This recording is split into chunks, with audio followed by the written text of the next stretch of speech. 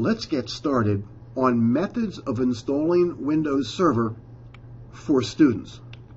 Whereas Chapter 1 in our textbook shows how you would install Windows Server on a production server, such as a server at work, this section shows you ways that you can install Windows Server on your own computer, and this gives you an opportunity to practice Windows Server.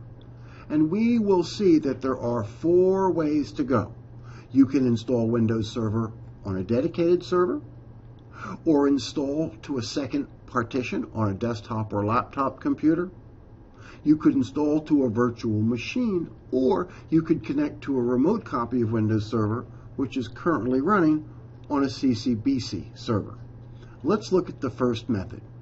One thing you could do is you could install Windows Server on a separate computer which you're using just for that purpose. And this is typically how you would install Windows Server on a computer at work, on a dedicated computer.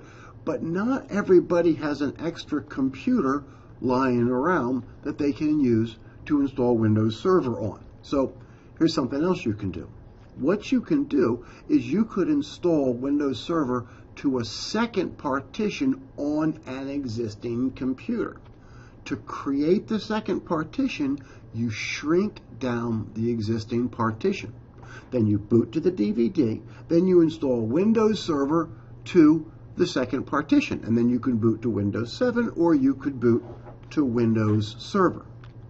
Or you could do the same thing on a laptop computer. To install Windows Server to the second partition on a laptop computer, you shrink down the first partition to give you room for a second partition, then you boot to the DVD, and then you install Windows Server to the second partition. And then you can boot to Windows Server or Windows 7. A third way to go is to install Windows Server in a virtual machine on your computer. What you do is you create a virtual machine on your computer, either using Windows 10 Hyper-V or VMware Workstation, or using VirtualBox, which is a free download. And then you install Windows Server on the virtual machine. This can be done on a desktop computer or a laptop computer, assuming you have enough RAM.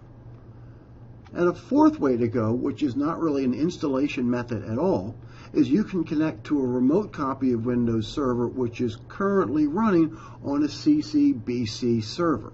You connect to a copy of Windows Server which has already been installed on a server at the CCBC data center. And you might think this is the easier way to go, but you're going to be accessing it remotely, so it's going to be slower.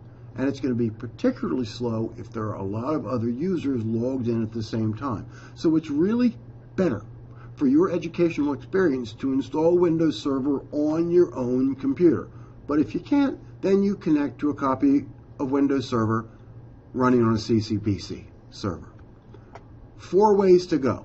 Install to a dedicated server, install to a second partition on a desktop or laptop computer, install to a virtual machine, or connect to a copy of Windows Server which is currently running on a CCBC server.